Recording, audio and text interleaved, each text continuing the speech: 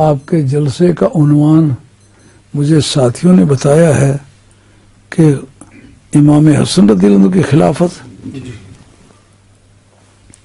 رضی اللہ تعالی عنہ. اب اس سلسلے میں نے قرآن مجید کی ایک ناتمام آیت پڑھی ہے جس کا براہ راست کوئی خلافت سے تعلق نظر نہیں آتا، لیکن استدلالی علوم جو ہیں وہ اس لیے پڑھے جاتے ہیں کہ قرآن مجید کے نظم سے، نظم کلام سے معانی اخذ کیے جائیں اور ان پر وہ قاعدے استعمال کیے جائیں جو اس قانون سازی کو فٹ کہیں. اللہ کریم فرماتے ہیں ان اللہ اصطفیٰ آدم و نوح و آل ابراہیم و آل عمران. بلا شبہ اللہ نے چن لیا ہے حضرت آدم علیہ السلام کو، نوح علیہ السلام کو اور آل ابراہیم کو اور آل عمران کو عالمین پر. یہ ذریتم بعضھا من بعض، یہ ہے حال میں سے ہے تعلیلیہ. علت بیان کرتا ہے کہ چنا کیوں ہے. جو حال تعلیلیہ ہوتا ہے، انگریزی میں حال کو کہتے ہیں ایکیوزیٹو آف سینٹینس، اور ایک اس میں قسم ہوتی ہے جس کو کہتے ہیں کازل ایکیوزیٹو آف سینٹینس. وجہ بیان کرتا ہے، جو گزرا ہوا کلام ہے اس پر تبصرہ کرتا ہے اس کی وجہ کیا ہے. کا چننے کی وجہ بتائی کہ وہ بعض کی اولاد ہیں. معلوم ہوا ان بزرگوں میں سے کسی کی اولاد ہونا یہ چنے جانے کا سبب ہے. جس قوم کو یہ غلط فہمی تھی کہ اپنے اعمال کے سوا کسی کا کچھ کسی کو نہیں ملتا، یہ ان کے منہ پر زناٹے کی چپت ہے. ان کو کیوں یہ برتری عطا فرمائی؟ ان اللہ اصطفیٰ، ان اللہ کی خبر ہوگی نا. آدم و نوح، آدم اور نوح براہ راست مفعول بہی ہوں گے. وہ آل ابراہیم و آل عمران، وہ دو تو نبی ہیں جن کا ذکر کیا. اس کا مطلب یہ ہے کہ انتخاب ذات باری کا نبوت کے لیے بھی ہوتا ہے اور نبیوں کی آل کے لیے بھی ہوتا ہے. اور ایک نبی کا نام لیا، ایک نبی کا نام نہیں لیا، ولی کا نام لیا. عمران کچھ ہیں مگر نبی نہیں ہے. وہ آل عمران فرمایا آل کو بھی مومل نہیں سمجھنا، خواہ کسی ولی کی آل ہو. ولی کی آل بھی محترم ہے. کہا ان کے چنے جانے کی وجہ ان کی نمازیں ہیں، ان کے روزے ہیں، ان کا تقوی ہے، ان کا قد چھاتی ہے، ان کا ویٹ ہے، ان کے مسلز ہیں، ان کا ایجوکیشنل سرٹیفکیٹ ہے. کہا ان میں سے کوئی بھی نہیں. کیا سبب ہے ان کے چنے جانے کا؟ اس کی علت یہ ہے کہ وہ بعض کی اولاد ہے، یعنی جن کو چنا ہے وہ دوسرے کی وجہ سے چنا ہے. اور اس معنی کی تائید سورہ طور کی آیت نمبر 22 سے ہوتی ہے. الذین آمنوا واتبعتهم ذریتهم بإیمان وما ألتناهم الحقنا بهم ذریتهم وما ألتناهم من عملهم من شيء. الذین آمنوا، وہ لوگ جو ایمان لائے، واتبعتهم ذریتهم، اور ان کی اولادوں نے پیروی کی ان کی، بے ایمان، صرف ایمان میں، اعمال میں پیروی نہیں کر سکے. واتبعتهم ذریتهم بے ایمان، ان کی اولادوں نے ایمان میں ان کی پیروی کی، ان بزرگوں کی. ہم کریں گے کیا؟ الحقنا بہم، اس کی ترکیب ناوی ذرا مشکل ہے. الذین، میں اپنے متعلقات کے یہ مبتدا واقع ہوگا، ان کا اسم، الحقنا اس کی خبر ہوگی. ہم ان کو ملائیں گے. جو لوگ ایمان لائے ان کی اولادوں نے عقیدے میں اور ایمان میں ان کی پیروی کی، اعمال میں پیروی نہیں کر سکے. ہم کیا کریں گے؟ ان کی گنہگار اولادوں کو اٹھا کے الحقنا بہم ذریتہم، ہم ان کی اولادوں کو ان بزرگوں کے ساتھ ملائیں گے، وما التناہم من عملہم من شیء۔ اس کے تحت عقیدہ کیا بنے گا کہ حضرت ابوبکر صدیق رضی اللہ عنہ کی اولاد خواہ کتنی بھی گنہگار ہے مگر وہ کفر کی حد تک نہیں پہنچی، عقیدے میں پیروی کی جناب ابوبکر صدیق رضی اللہ عنہ۔ قیامت کے میدان میں جہاں ابوبکر صدیق ہوں گے وہاں ان کی اولاد ہوگی۔ عمر فاروق کی اولاد جو ہے کتنی بھی گنہگار ہے لیکن عقیدے میں جناب عمر والا عقیدہ رکھا۔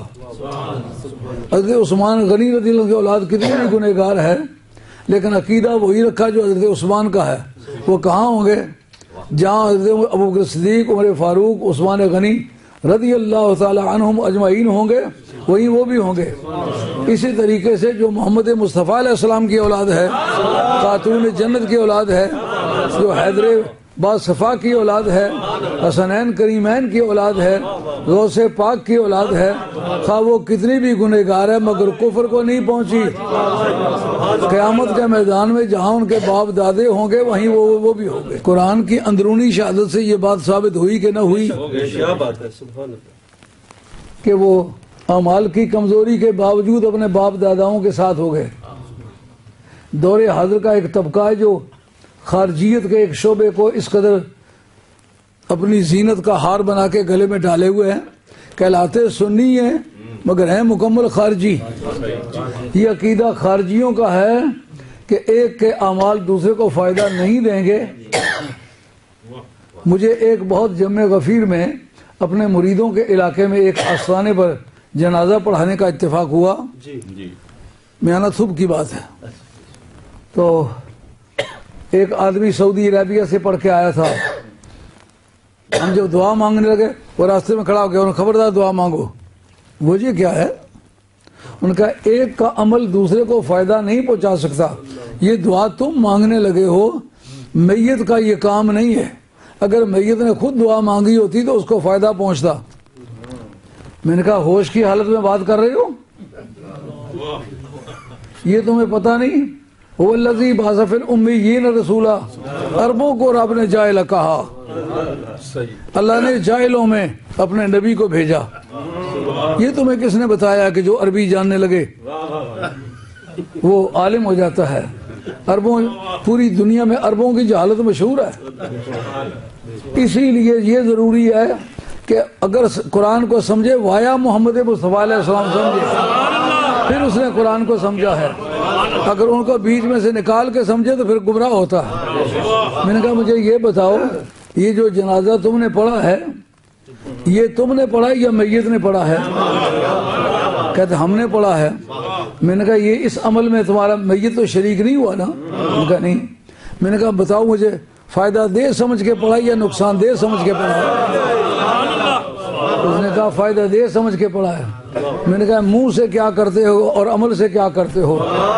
عمل سے باور کراتے ہو کہ ایک کا کام دوسرے کو فائدہ نہیں دیتا۔ ان کا پھر اس آیت کے کیا معنی ہو گئے؟ میں نے کہا اسی وجہ سے جناب حیدر کرار نے ایک وائز کے منہ پر تھپڑ مارا تھا۔ ابن حمام نے فتح القدیر کے اندر لکھا ہے، ایک واز کر رہا ہے، مولا مرزا اس سے پوچھتے ہیں بتا ناسخ و منسوخ میں تمیز کرنے کا طریقہ آتا ہے؟ ان کا وہ تو مجھے نہیں آتا۔ علی کا تھپڑ لگے سہے کون؟ وہ جا لگا اور پھڑکنے لگا۔ آپ نے فرمایا ظالم خود بھی گمراہ لوگوں کو بھی گمراہ کرتا ہے۔ میں نے کہا یہ آیت منسوخ ہے جس کو تم پیش کر رہے ہو، لیس للانسان الا ما سعی، یہ آیت منسوخ ہے۔ ابھی جو میں نے آیت پڑھی ہے سورہ طور کی وہ اس کی ناسخ ہے۔ کس لیے ناسخ ہے؟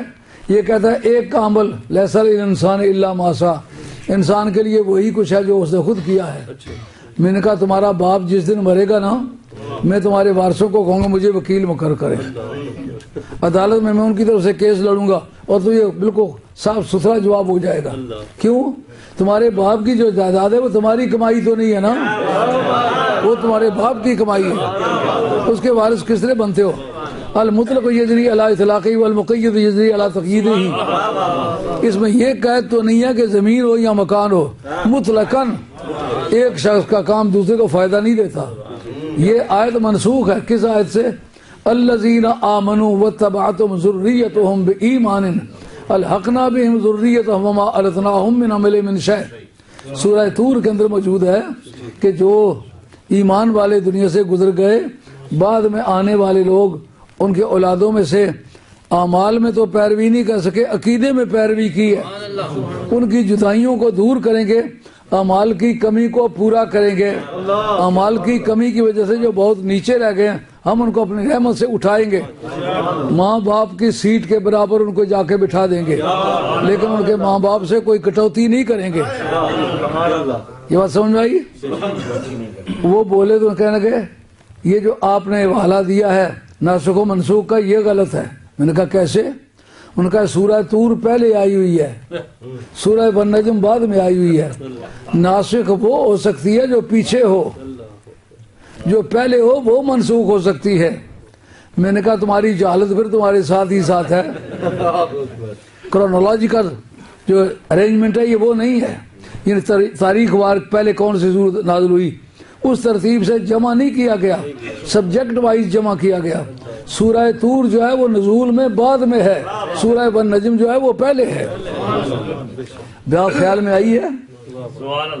اب سمجھ آیا ہے کہ جو باقی انبیاء و مرسلین، ایک ہوتا ہے کوئی تازے کسی کیس کی مثال بننا، ایک ہے سابقہ عدالتیں جو گزر چکی ہوئی جن کے خلاف کوئی کارروائی نہیں ہوئی، ان کو قانون کہتا ہے پریسیڈنٹس.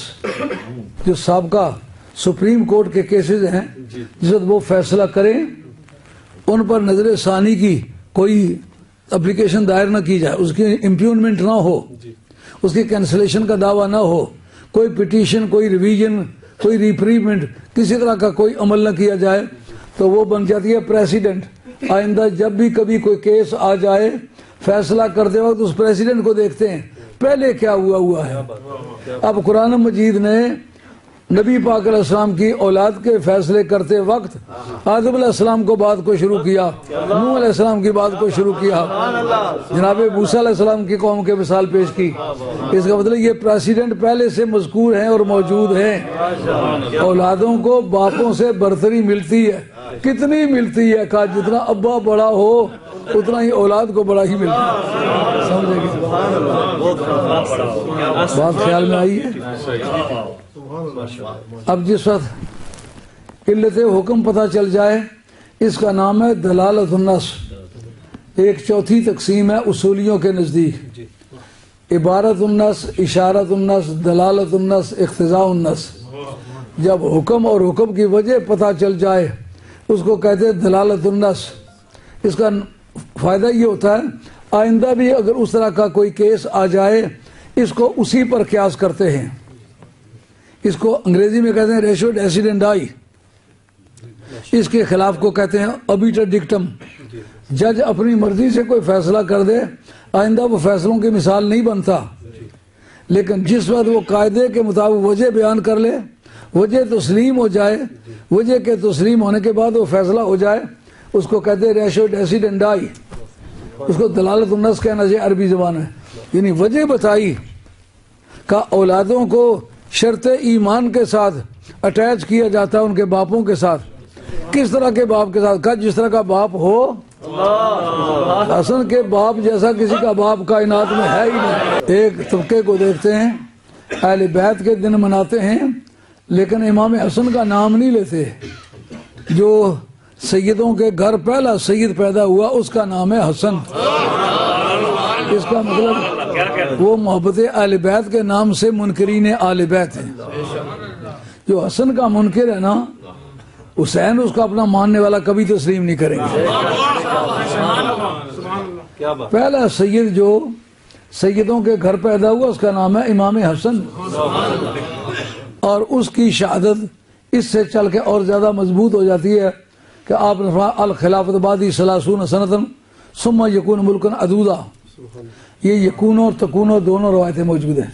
اگر اس کا خلافت کا لفظی اعتبار کرو تو پھر تکون زیادہ صحیح ہے، اور اگر اس کے معنی معاملہ کر لو تو پھر وہ مذکر کا صیغہ درست ہے. فرمایا کہ میرے بعد خلافت 30 برس رہے گی اور 30 برس کے بعد ترشرو ملوکیت کا دور ہوگا. یہ اہل سنت والجماعت کے لیے ایک آزمائشی مرحلہ ہے، کیونکہ امام حسن کی 6 مہینے کی جب تک خلافت نہ ڈالو خلافت بنتی ہی نہیں ہے۔ امام ابن حجر مکی آپ کی سوائق مور کا صفحہ اس کا 1 نمبر 133 اس کے اندر کہا کہ باقی سارے خلفاء کی خلافت جو ہے حضرت ابوبکر صدیق رضی اللہ تعالیٰ عنہ کی جو خلافت ہے وہ استصواب صحابہ کے مطابق ہوئی، ان سے ریفرینڈم کروایا گیا، جن کو انہوں نے منتخب کیا اس کو خلیفہ بنایا گیا۔ اجماع اس پر بھی نہیں ہو سکا، اس کی وجہ یہ کہ حضرت سعد بن عبادہ رضی اللہ تعالیٰ عنہ ان کا میں نہیں بیعت کرتا، نہ انہوں نے حضرت ابوبکر صدیق رضی اللہ عنہ کو خلیفہ مانا ہے، نہ جناب عمر کو مانا ہے۔ تو دور حاضر میں ایک چلبلے لوگ ہیں، ہر بات میں تیزی کرتے ہیں، کہتے ہیں جو خلافت کا منکر ہے وہ کافر ہے۔ وہ بدری صحابی ہیں جن کا نام سعد بن عبادہ ہے، وہ بدری صحابی ہیں۔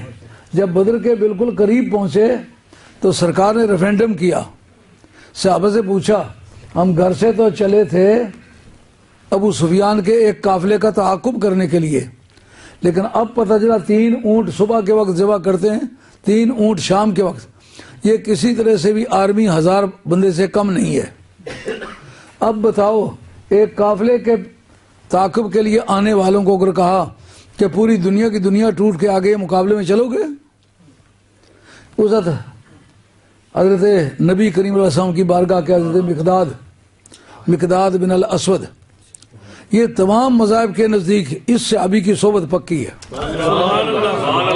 کوئی بھی ان کی صحبت کا منکر نہیں ہے، نہ ان کے ایمان کا منکر ہے، اور بڑے بڑے اکابر صحابہ کے بارے میں منکروں کی سوچ منکروں والی ہے، لیکن ان کے بارے میں کسی کی بھی یہ رائے نہیں ہے کہ سچے صحابی نہیں ہیں، پکے اور سچے صحابی۔ انہوں نے کہا یا رسول اللہ صلی اللہ علیہ وسلم ہم کوئی قوم موسیٰ نہیں ہیں کہ کہیں تم جاؤ تمہارا خدا جائے جا کے لڑو، ہم تمہارا تماشا دیکھیں گے۔ یا رسول اللہ ہماری عاجزانہ عرض ہے کہ آپ بھی تماشا دیکھیں، آپ کا خدا بھی تماشا دیکھے، اگر مرد کے بچے ہوئے لڑنے کا کام ہم کر کے دکھائیں گے، لڑ کے دکھانے کا کام ہم کریں گے۔ اس وقت حضرت سعد بن عبادہ جنہوں نے حضرت ابوبکر صدیق رضی اللہ عنہ کو بھی خلیفہ نہیں مانا، جناب فاروق اعظم کو بھی خلیفہ نہیں مانا، کہتے پھر تو جو خلافت کا منکر وہ کافر ہو جاتا ہے، یہ تو بدری صحابی ہیں، ان کے مطلب کیا کہو گے؟ تمہاری جہالت بھی ساتھ معراجوں پر ہے، معمولی جہالت نہیں ہے، کلگی والی جہالت ہے۔ تمہیں یہ نہیں پتا مکان بناتے ہیں تو اگر کہیں سے بدگنیاں ہو جائے تو چھت جو ہے وہ پھٹ جاتی ہے، یہ تمہارا عقیدہ جو ہے بدگنیاں ہوا ہے، اس کو ٹھیک کرو، تمہاری جیومیٹری ٹھیک نہیں ہے، صحیح ضابطے کے مطابق کرو کہ تمہارا ایمان درست ہو۔ ایک صحابی کی بات کرتے وقت سارے صحابہ کو مد نظر رکھو، ہمارا مذہب حق سب یار ہے، ہم کسی صحابی کو بھی باطل پر نہیں سمجھتے، ہمارا عقیدہ جتنے بھی سرکار کے صحابی ہیں وہ سارے جنتی ہیں۔ صرف 4 کو حق کہنے کا مطلب یہ ہے کہ ہم صرف 4 کو مانتے ہیں؟ نہیں، ہم سب کو مانتے ہیں۔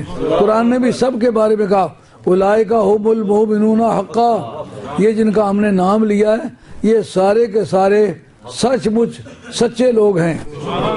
اور یہ مولانا ہم ضمیر قصر ہے، یہ اثر کا فائدہ دیتی ہے، صرف یہی سچے ہیں۔ ایک گفتگو کے دوران ایک مخالف دھڑے کے مولوی صاحب بولے، ان کا پھر صرف وہی سچے ہیں تو یہ بعد میں آنے والے مسلمان یہ جھوٹے ہیں؟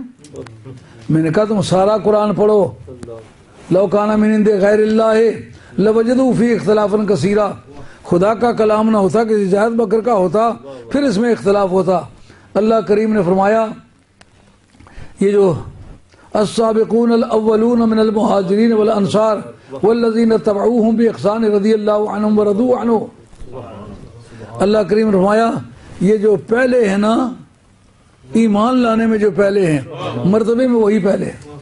تفسیر ابن کثیر کو یاد رکھنا، جو ہے السابقون الاولون اولئک المقربون فی جنات النعیم، اس کے تحت اماد الدین ابن کثیر نے لکھا ہے، حالانکہ ہمارے دھڑے کا بندہ نہیں ہے، وہ ابن تیمیہ کے سلسلے کا شاگرد ہے، اور ابن تیمیہ کا مطلب کہ جب بات لکھتا ہے تو پتہ چلا روشنائی کے بغیر اس کے عقیدت کے قطرے ٹپک رہے ہیں، اس ڈھب کا آدمی ہے۔ ہمارے بے شمار سنی علماء اس کے حوالے اس طرح پیش کرتے ہیں جس طرح آدمی ایک اخیافی بھائی کے حوالے پیش کرتا ہے. ان کو ذرا گھبراہٹ نہیں ہوتی کہ ہم یہ تو بتا دیں کہ ہمارے عقیدے کا بندہ نہیں ہے. اس نے اس کے تحت لکھا ہے کہ جو السابقون الاولون ہیں وہ کون کون ہیں؟ کا امت موسیٰ میں جناب یوشع بن نون ہیں، اور جناب عیسیٰ علیہ السلام کے امتیوں میں سب سے پہلے حبیب نجار ہے، اور امت محمدیہ میں حیدر کرار ہے. حوالے کی ذمہ داری میری ہے، بات کو سمجھے یا نہ سمجھے یہ آپ کی مرضی ہے. اور خود ابو بکر جساس جن کا سن وفات 370 ہے اور 3 واسطوں سے امام ابو حنیفہ کے شاگرد ہیں، انہوں نے السابقون الاولون من المہاجرین اس کے ماتحت لکھتے ہیں السابقون الاولون. السابقون مبتدا ہے اور الاولون اس کی خبر ہے، یعنی جو ایمان لانے میں پہلے ہیں مرتبے میں بھی وہی پہلے. اس پر کسی نے ان سے اعتراض کیا کہ السابقون بھی معرفہ ہے، الاولون بھی معرفہ ہے، تو معرفہ معرفے کی صفت بنے گا، خبر تو نہیں بنے گا. انہوں نے کہا انا و انت بتاؤ دونوں معرفے ہیں کہ نہیں، مبتدا اور خبر ہیں کہ نہیں. ابو بکر جساس کو کون بتائے؟ بڑے پائے کا آدمی ہے. وہ کہتے ہیں یہ صحیح ہے کہ جو پہلے ایمان لائے مرتبے میں وہی پہلے ہیں. پہلی تقسیم جو مرتبے کے بارے میں ہوئی ہے وہی اولیت کی بنیاد پر ہے.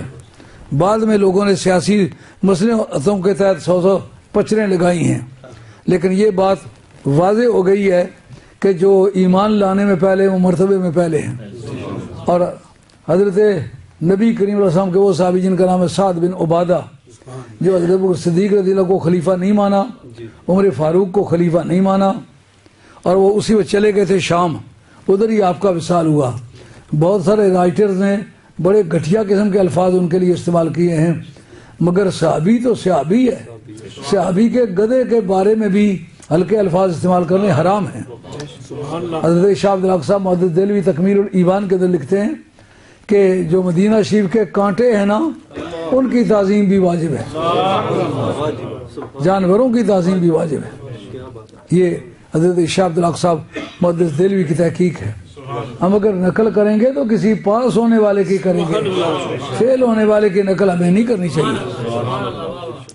حضرت قتادہ حضرت سعد بن عبادہ بولے، ان کا یا رسول اللہ لڑنا کٹنا مرنا تو ایک بامراد چیز ہے.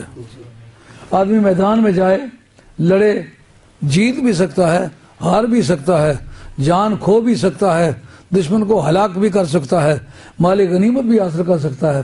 لیکن میں ایک ایسی مثال پیش کرنے لگا ہوں جس میں سوائے جان کو قربان کرنے کا کوئی دوسرا راستہ نہیں. اور وہ کیا ہے؟ اگر آپ حکم دے دیں کہ سمندر کی موجوں سے جنگ کرو، آپ کے خدا کی عزت و جلال کی قسم ہے اور آپ کی تاج نبوت کی قسم ہے، اگر پہلی آواز پر ہم شلاگ نہ لگا جائے تو تحفہ ہمارے. اور بدریوں کی تعریف میں آتا ہے، سرکار کا فرمان ہے کہ اللہ تعالیٰ نے پردہ غیب سے جھانک کے بدریوں کو مخاطب کیا کہ او بدریوں تم کچھ بھی کرو دوزخ میں نہیں جا سکتے ہو. یہ بدری صحابی ہیں، اور ان میں کمال یہ تھا کہ ان کی سٹرینتھ اسلامک آرمی میں سب سے زیادہ تھی. کل 80 مہاجرین تھے اور 70 جو تھے وہ بنی اوس کے آدمی تھے، یہ قبیلہ خزرج کے آدمی تھے. ان اکیلے کے جو ہیں وہ 180 آدمی تھا. ان بدر میں سب سے کنٹریبیوشن جس کی زیادہ تھی وہ سعد بن عبادہ ہے. اور روزانہ کی ان کی زندگی ایسی تھی، اصحاب صفا کو کھانا نہیں ملتا تھا، مکان پہ چڑھ کے اعلان کرتے کہا من اراد اللحم والشحم فلیاتنا، جو آدمی تر گوشت کھانا چاہے وہ ہمارے گھر آ جائے. 80 آدمی کو روزانہ کھانا کھلایا کرتے. اس طرح کی قربانی کرنے والے وہ، ان کو انہوں نے خلیفہ نہیں مانا. اب بتائیے یہ عقیدہ ہی غلط ہے، جو خلیفے کو خلیفہ نہ مانے وہ مسلمان نہیں رہتا. امام ربانی مجدد الفسانی شیخ احمد سرندی، آپ کی مکتوبات شریف جلد نمبر 3 صفحہ نمبر 30، اس کے اندر آپ فرماتے ہیں خلافت ضروریات دین میں سے نہیں ہے. جب تک کوئی ضروریات دین کا منکر نہ ہو اس وقت تک کوئی آدمی کافر نہیں ہوتا. خلافت راشدہ جو ہے 5 خلیفے ہیں اس کے. پہلے خلیفہ برحق حضرت ابوبکر صدیق رضی اللہ عنہ کی ذات پاک ہے. دوسرے خلیفہ برحق بلا فصل حضرت عمر فاروق رضی اللہ عنہ. تیسرے خلیفہ برحق حضرت عثمان غنی رضی اللہ عنہ. چوتھے خلیفہ برحق بلا فضل حضرت حیدر قرار ہیں. اور 5ویں خلیفہ حضرت امام حسن ہیں. امام ابن حجر مکی کی بات کرنے لگا تھا جن کا سن وفات 974 سے لے کر کے 978 تک آتا ہے. وہ کہتے ہیں جتنے بھی خلفائے راشدین گزرے ہیں ہر ایک کی خلافت یا استصواب صحابہ سے ہے یا حضرت ابوبکر صدیق رضی اللہ عنہ کے استخلاف سے ہے انہیں خلیفہ بنایا, یا مجلس شورا کے فیصلے سے ہوا ہے. لیکن ایک شخص ہے جس کی خلافت نص رسول اللہ سے ثابت ہے, وہ یہی فرمایا حسن کی خلافت جو ہے اس اعتبار سے اس خلافت کا رنگ نمایاں ہے. اور کسی کی خلافت حدیث رسول پاک سے نص رسول اللہ سے ثابت نہیں, صرف امام حسن کی جو خلافت ہے وہ نص رسول اللہ سے ثابت ہے. جو آپ نے فرمایا تھا کہ ان ابنی ھذا سید لعل اللہ یصلح بہ بین الفئتین العظیمتین من المسلمین او کما قال علیہ الصلوۃ والسلام. اس کو علماء ربانی نے نص سمجھا ہے. نص ایک ہوتا ہے ڈاکٹروں کی نس, اس کی نسیں کٹ گئی ہیں, یہ نص عربی کی ہے اور کتاب اللہ اور سنت رسول اللہ کی اصطلاح ہے. جس وقت کوئی حکم مکمل طور پر واضح کیا جائے, واضح طریقے سے بات ہو, اس کو کہتے ہیں نص. یہ نص رسول اللہ سے ثابت ہے. اس لحاظ سے حضرت امام حسن کی خلافت کا جواب ہی نہیں. اور پھر دیکھیں ان کو بدلہ کیسا ملا. کسی کی سمجھ میں وہ مثال آتی ہے کہ اسلامی دنیا کے سب سے بڑی سیٹ پر بیٹھا ہوا مسلمانوں کی جان بچانے کے لیے سیٹ چھوڑ دے؟ سبحان اللہ. آپ نہیں دیکھا ملک میں کتنی افراتفری ہے, کتنی لاکھوں جانیں کام آ گئی ہیں, لیکن سیٹ پر بیٹھا ہوا آدمی اپنی جگہ کو چھوڑنا نہیں چاہتا. واہ حسن, تیری ماں کو سلام, تیرے باپ کو سلام, تیرے نبی پاک کے اس پیار کو سلام جس نے جماعت کی حالت میں سرکار امامت فرما رہے ہیں. اس حدیث پر غور کرنا ہوگا. عام مشہور ہے کہ سرکار حسن اور حسین دونوں اپنے اپنے موقع پر سرکار کے نماز کی حالت میں جب وہ سجدے میں ہوتے آ کے اوپر بیٹھ جاتے, جب تک خود نہ اترتے سرکار سر نہیں اٹھایا کرتے تھے. حضرت سیدہ فاطمہ آئیں, انہوں نے ان کو پکڑ کے ہٹایا. آپ فاطمہ ہمارے معاملے میں دخل نہ دیا کر. اس سے سمجھ آتا ہے شاید یہ پرائیویٹ پریکٹس تھی. صحابہ سے وہ روایات موجود ہیں, کہتے ہیں مسجد نبوی ہے, سرکار امامت فرما رہے ہیں, امامت کی حالت میں حسن آ کر اوپر بیٹھ گئے. اس پر چند مسئلے قابل غور ہیں. جب اوپر بیٹھے تسبیحیں جتنی کہنی تھی اس سے زیادہ کہہ ڈالی. کیوں کہیں؟ حسن کا دل نہ دکھے. جو خارج الصلاۃ ہو اس کی دلجوئی کے لیے نماز کو لمبا کرنا حرام ہے. اب امام حسن کی دلجوئی کے لیے نماز کو لمبا کیا, نماز حرام کیوں نہ ہوئی؟ کہا جن کے ذکر کے بغیر نماز ہوتی نہیں وہ اوپر بیٹھا ہوا ہے. امام حسن کی خلافت پر اجماع منعقد ہو گیا تھا.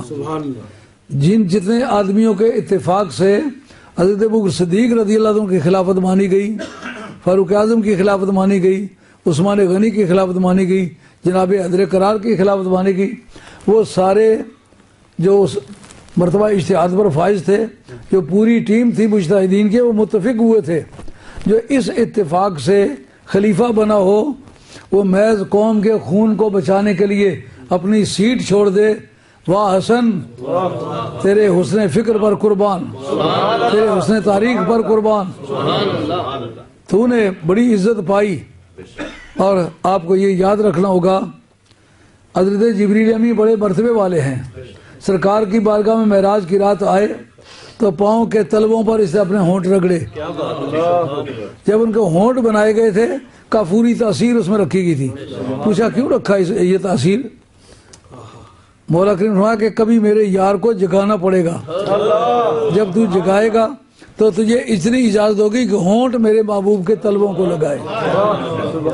میرے یار کے پاؤں کے تلوے تو چوم لے. سبحان اللہ. ابو بکر صدیق تو ملنے آیا میرا ہاتھ چوم لے. قتادہ تو ملنے آیا میرا پاؤں چوم لے.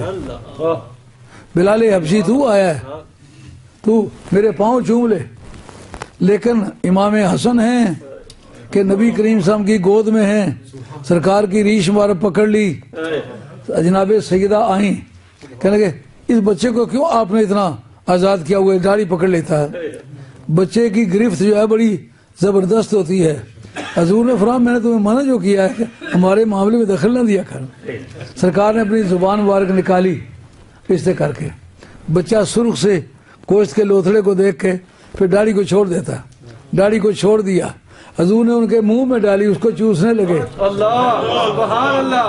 آسمانوں کے قدسیوں سے لے کر کے روحانیوں تک اور کل روئے زمین کے باشیوں تک کسی نے سرکار دو عالم السلام کے ہونٹ اگر چومے تو صرف سادیہ نہیں چومے. زبان چومنا کسی کا مقدر نہیں, لیکن شہد خارے لو آب زبان نبی چاشنی گیر عصمت پہ لاکھوں سلام. چاشنی گیر عصمت پہ لاکھوں سلام. ہاں اس بات کو سمجھنا ہوگا. آج جو پڑی ہوئی ہے اس کو مد نظر رکھنا ہوگا. تقریر آئندہ اس کے گرد گرد گھومے کی, لیکن آپ کو صبح چھٹی نہیں ہے آپ کی, اس لیے جلدی آپ کو فراغت دیں گے. کیونکہ صبح سویرے کام پر جانا, رات دیر تک جاگنا, یہ کافی جگر آزما ہوتا ہے. اس بات کو سمجھو. آل کا زبر 2 مرتبہ آیا ہے, آل ابراہیم و آل عمران علی العالمین. آل کو صفوت عطا فرمائی, تو جو سرکار کی صفوت میں زور ہے وہ عمران میں ہے, ابراہیم میں ہے, نوح علیہ السلام میں ہے. ان سب نے چمک پائی ہے تو سرکار سے. سرکار نے ان میں سے کسی سے چمک نہیں پائی, لیکن ان کے آل کا ذکر کیا ہے نا, ان کی پبلک کا ذکر تو نہیں کیا. اللہ سبحان اللہ. میں چند دن ہوئے ایک مولوی صاحب کی تفسیر پڑھ رہا تھا, وہ ابن شرحبیل کا ایک قول نقل کر رہے تھے. کہتے اس نے کہا ہے کہ یہ شیعہ ہیں یہ تو یہودیوں سے بھی برے ہیں, نصرانیوں سے بھی برے ہیں. چلو یہ بات آپ کے ہم سن لیتے ہیں, لیکن آپ کا دلیل کیا ہے؟ کہتے ہیں اگر یہودیوں سے پوچھو کہ سب سے افضل کون ہے تمہاری امت میں, وہ کہیں گے موسیٰ علیہ السلام کے صحابہ. عیسائیوں سے پوچھو, وہ کہیں گے سب سے افضل حضرت عیسیٰ علیہ السلام کے صحابہ. مگر میں پوچھتا ہوں اگر آپ زندہ ہوتے گریبان پہ ہاتھ رکھ کے پوچھتا, وہ آیت قرآن سے پیش کرو جو صحابہ موسیٰ کے متعلق آئی ہوئی ہے, اور وہ بتاتے ہیں کہ وہ افضل ہے.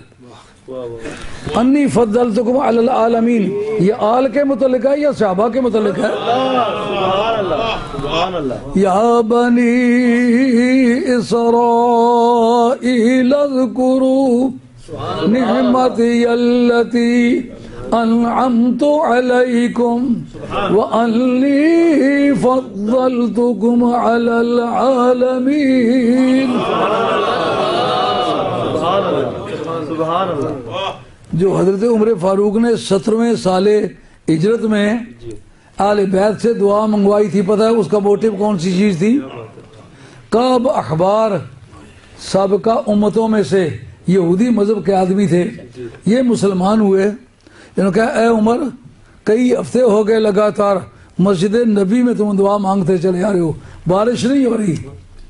ہمارا یہ تجربہ ہے جس سابقہ امتوں میں بارشیں نہیں ہوا کرتی تھی, تو جو قریب کا نبی ہے نا اس کی آل کو اکٹھا کر کے دعا مانگتے تھے.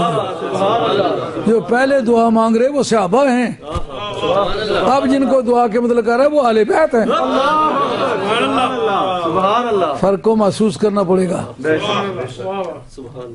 لکھنے والا امام ابن حجر مکی ہے, شاہ عبدالحق صاحب کہتے ہیں, صفحہ 41 تکمیل الایمان کے اندر لکھتے ہیں, کہتے ہیں دادے تعصب داداست جو حدیثیں مولا مرتضیٰ کی شان میں ہیں, اہل بیت کی شان میں ہیں, صحیح بھی ہیں, پختہ بھی ہیں, لیکن انہوں نے ضد سے کہہ دیا کہ یہ ضعیف ہے، یہ انہوں نے تعصب برتا ہے۔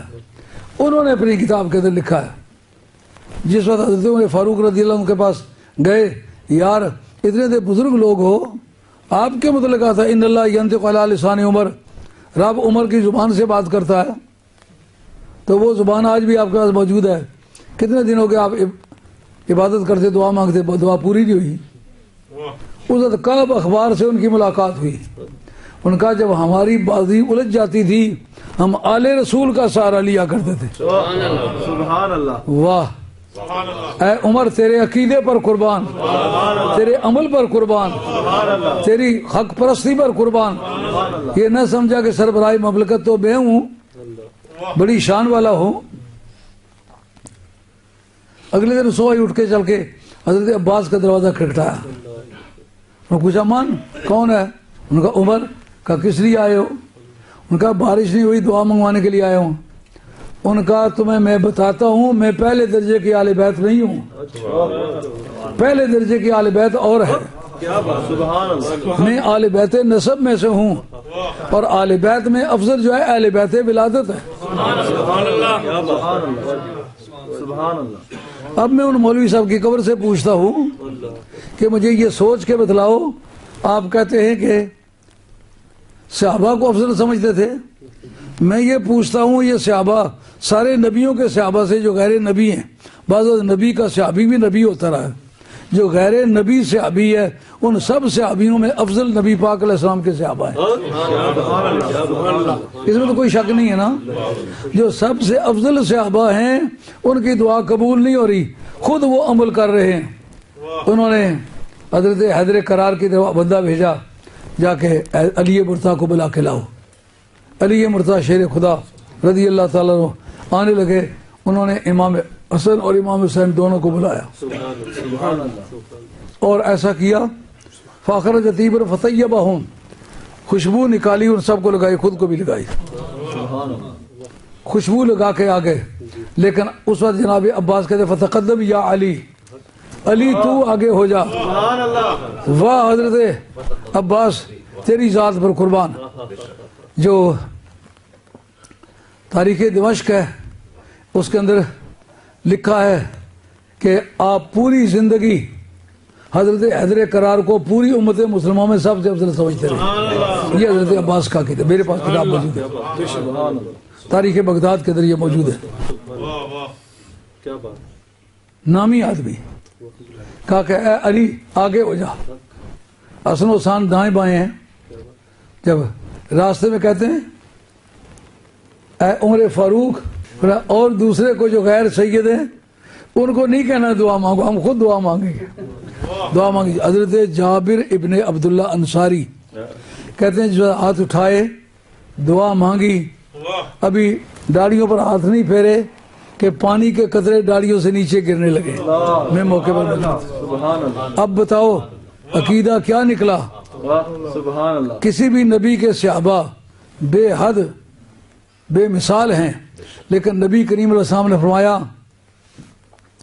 اول ما اشفلہ یوم القیامت آل بیتی، قیامت کے میدان میں سب سے پہلے جس کی شفاعت کروں گا وہ میری آل بیت ہے، اور فرمایا اشفلہ اول افضل، جس کی سب سے پہلے شفاعت کروں افضل بھی وہی ہے۔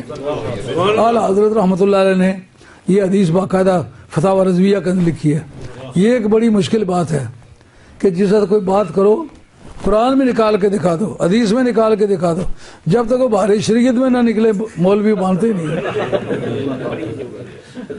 اعلیٰ حضرت فاضل بریلوی اور تو کسی کا اختلاف نہیں ہے نا، انہوں نے یہ حدیث نقل کی ہے، جس کو دار قطنی نے لکھا ہے، بحقی نے لکھا ہے، کنز العمال نے لکھا ہے۔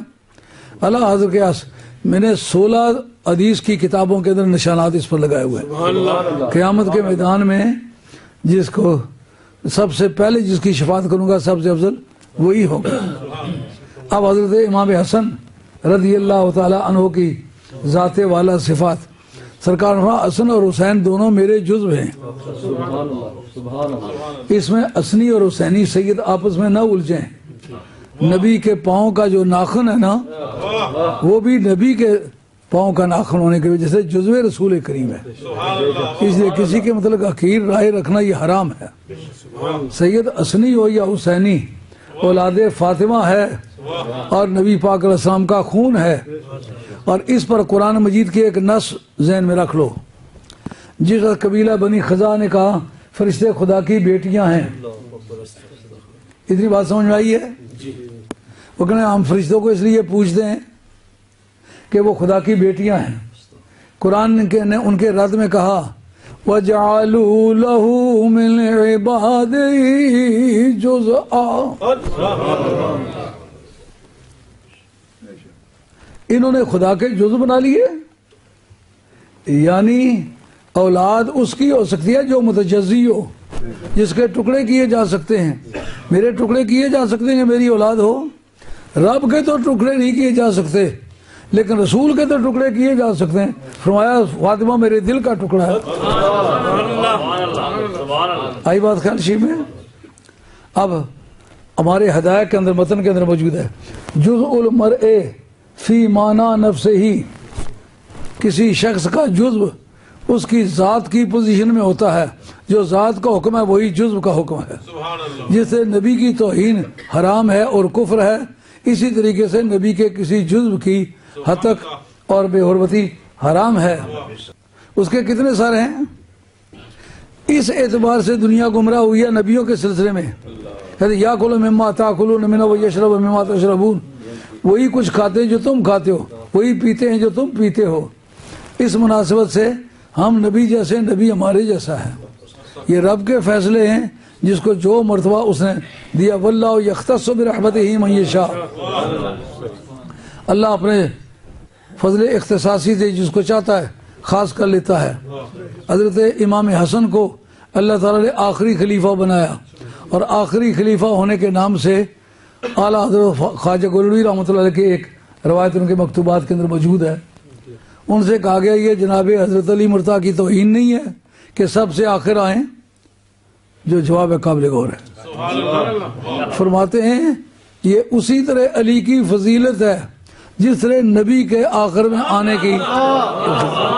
انہوں نے خلافت سے دستبرداری کا اعلان کیا۔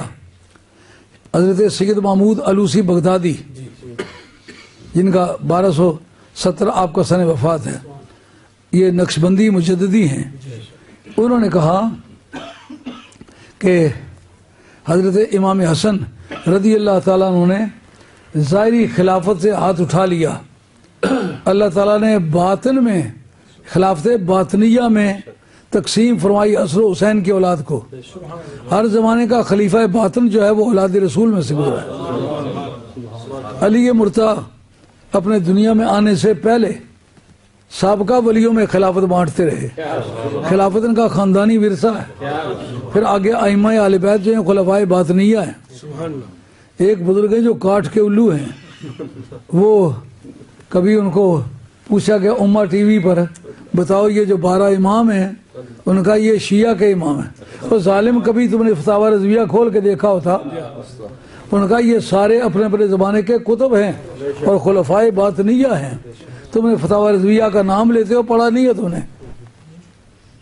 پھر اس کے بعد یہ بتایا کہ اللہ تعالیٰ نے جو آخری خلیفہ بنانا ہے اس کا نام امام مہدی آخر الزمان ہے۔ چونکہ خلافت جوبنوں پر تھی جب چھوڑی حضرت امام حسن نے، تو پھر اس کے بدلے میں خلافت اپنے جوبنوں پر، امامت اپنے جوبنوں پر آئی، تو وہ حضرت امام مہدی علیہ السلام کو سپرد کی گئی۔ اور وہ ایسی امامت ہے کہ کل روئے زمین پر کسی نبی ولی غوث کتب کلندر کے زمانے میں کفر مکمل ختم نہیں ہوا، شرک مکمل ختم نہیں ہوا۔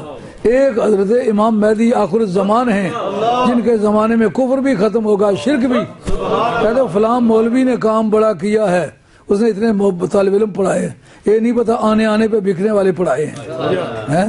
جن کو کافر کہتے ہیں، جب ضرورت پڑے تو ان کے پیچھے کھڑے ہو کے نماز بھی پڑھ لیتے ہیں، ہے نا؟ آج آپ نے اخبار میں دیکھا ہوگا، کہتے ہیں کہ یہ گدیوں پر بیٹھے ہوئے جتنے جاگیردار ہیں، ان کے لیے کوئی میرٹس، کوئی سرٹیفکیٹ نہیں ہے، اس کا کوئی بندوبست کرنا چاہیے۔ یار ان گدیوں والوں سے ساری زندگی تم نے لے کے کھایا ہے، آج ذرا فرق لگا ہے تو پھر ان کو آنکھیں دکھانے شروع ہو گئے ہو؟ یہ تو تمہیں بات سمجھنی چاہیے. پہلے دیکھو یہ جو گدیوں پر بیٹھے ہوئے ہیں ان کے پاس جو سرمایہ وہ جائز ہے یا ناجائز؟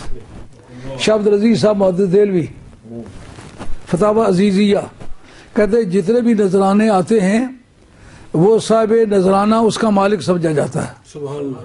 اگر وہ نہ ہو تو اس کی اولاد جو ہے یہ انہیریٹیبل پراپرٹی ہے، یہ ان کو وراثت میں جائے گی. اور لوگوں کو چھوڑیے، اسماعیل دہلوی سارے گمراہوں کا استاد ہے، وہ اپنی کتاب صراط مستقیم کے اندر لکھتا ہے، کہتا ہے کہ مجھے کہتے ہیں ثواب نہیں پہنچتا. میں نے کب کہا ثواب نہیں پہنچتا؟ اگر ثواب نہ پہنچتا تو حضرت سیدہ عائشہ طیبہ طاہرہ سلام اللہ علیہا اپنے بھائی عبد الرحمن ابن ابی بکر کی طرف سے کیوں غلام آزاد کرتے، ان کو ثواب پہنچاتے؟ حضرت سعد کو سرکار کیوں فرماتے کنواں کھود کے اپنے امام کے نام پر لگا دو؟ یہ سارے کام اسی بنیاد پر ہوئے کہ ثواب پہنچتا ہے. کہا مجھے جو اختلاف ہے اس کو سمجھنے کی ٹرائی نہیں کرتے. سیدہ نفیسہ کی منت مانتے ہو، خاتون جنت کی، تریاق اعظم ہے، میں نے اس کو آزما کے دیکھا. ابھی 50,000 روپیہ میں پاکستان میں سادات میں تقسیم کر کے آیا ہوں. میں نے کسی اپنی ضرورت کے لیے منت مانی تھی، اللہ نے وہ پوری کر دی. تو یہ تریاق اعظم ہے. وہ کہتا ہے جناب سیدہ نفیسہ کی منت مانتے ہو، خود پکا کے کھا لیتے ہو. یہ نظر دینے کی مثال نہیں، نظر کھانے کی مثال ہے. سرکار بغداد کی 11ویں مانتے ہو، ان کے وہ اوترے تو نہیں گزرے دنیا میں، وہ ابتر تو نہیں تھے نا. 26 بیٹے 23 بیٹیاں، اتنا کثیر اولاد اولیاء کے زمرے میں کوئی شخص نہیں گزرا. تو ان کی اولاد کو دینے کے بجائے خود کھا جاتے ہو. یہ 11ویں دینے کی مثال نہیں، یہ 11ویں کھا جانے کی مثال ہے. وہ کہتے ہیں مجھے اس سے اختلاف نہیں، ثواب پہنچتا ہے، مگر مجھے اختلاف اس سے ہے کہ جن کی منتیں مانتے ہو ان کو مالک بناؤ، ان کے سپرد کرو، وہ کھائیں پئیں رکھیں چھوڑے جو کریں کریں. آگے بات خیال شیف ہے. اس لیے آج کے ان مفتی صاحب کا یہ بیان سراسر لغو ہے کہ یہ جو گدیوں پر بیٹھے ہوئے ہیں یہ جاگیردار، ان کے پاس یہ جاگیریں نہیں ہونی چاہیے، یہ اس کے حقدار نہیں ہیں، ان کی کوئی قابلیت نہیں ہے، کوئی صلاحیت نہیں ہے. تو جس صلاحیت کے تم لوگ ہو، اگلے دن جس کو کافر کہتے ہو صرف اپنی سیٹ چھوڑنے کے ڈر سے کہ سیٹ نہ چھوڑے، اسی کے پیچھے کھڑے ہو کے اگلے دن نماز پڑھ لیتے ہو. تمہارے دین و ایمان کی کیا قیمت ہے؟ آئی بات خیال شیف ہے.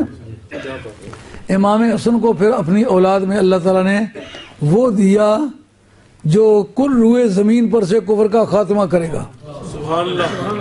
مجھے یہ بتاؤ، اگر یہ کسی نبی کے دور میں نہ ہوا ہو، ولی کے دور میں نہ ہوا ہو، کسی عالم اور مجدد کے دور میں نہ ہوا ہو، تو یہ امتیاز ہے نا امام مہدی آخر الزمان کا. پھر جس کا بیٹا ایسا ہوگا وہ باپ کیسا ہوگا؟ حضور نے فرمایا میرے بعد 30 سال خلافت ہوگی، اس کے بعد ترشرو ملوکیت کا دور ہوگا. اس سے ہم حضرت امیر معاویہ رضی اللہ عنہ کو کبھی نشانہ نہیں بنائیں گے. ہمارا یہ مذہب نہیں ہے. صحابی کی طرف جو برائی منسوب ہوتی ہے ہم اس کو قبول نہیں کریں گے، اس لیے کہ ہمارے اسلاف کا یہ مذہب نہیں ہے. کسی صحابی کو برا کہنا یا اس کی برائی کو سننا یہ ہمارے ہاں جائز نہیں ہے. ہم سمجھتے ہیں سرکار نے جو فرمایا ہے جس طرح سید ہزاروں گناہ کر کے سید رہتا ہے اس کی عزت رہتی ہے، اس طرح صحابی ہزاروں گناہ کر کے صحابی رہتا ہے، اس کی عزت صحابی کے طور پر باقی رہتی ہے. انصاف سے سوچنے کی بات ہے. تو امام حسین حسن کی 6 مہینے کی خلافت ڈالو تو خلافت پوری ہوتی ہے، اگر اس کو بیچ میں نہ ڈالا جائے خلافت پوری نہیں ہوتی. اور خلافت کے مطلب جو امام ربانی مجد الثانی شیخ احمد سندھی نے عقیدہ دیا ہے کہ خلافت ضروریات دین میں سے نہیں ہے. جو آدمی ضروریات دین کے سوا کسی چیز کا انکار کرے وہ کافر نہیں ہوتا. حتیٰ کہ اعلیٰ حضرت فاضل بریلوی رحمۃ اللہ علیہ نے فتاوی رضویہ جلد 5 صفحہ 101 میں لکھا ہے کہ اگر 4 خلیفوں کا نہیں 5 خلیفوں کا انکار کر دے تو پھر بھی وہ کافر نہیں ہوتا، اس لیے کہ یہ خلافت جو ہے ضروریات دین میں سے نہیں ہے. یہ تھا آج کا بیان، آپ کی سمجھ میں آ گیا ہوگا. 4 خلیفے نہیں، اہل سنت کے نزدیک 5 خلیفے. خارجیوں کا ایک طبقہ جو مولوی کہلاتے ہیں مگر ہیں پکے خارجی، وہ حضرت امام حسن کی خلافت کو تسلیم نہیں کرتے. اگر ان کی خلافت کو تسلیم نہ کیا جائے تو حضرت امیر معاویہ رضی اللہ عنہ کی جسٹیفیکیشن کا کیا ذریعہ ہوگا؟ معلومہ ان کو جسٹیفائی کرنے کے لیے امام حسن کی خلافت کی تصدیق کرنی پڑی. وما علینا الا البلاغ المبین وآخر دعوانا ان الحمد للہ رب العالمین والصلاة والسلام علی رسول الکریم والحمد للہ رب العالمین.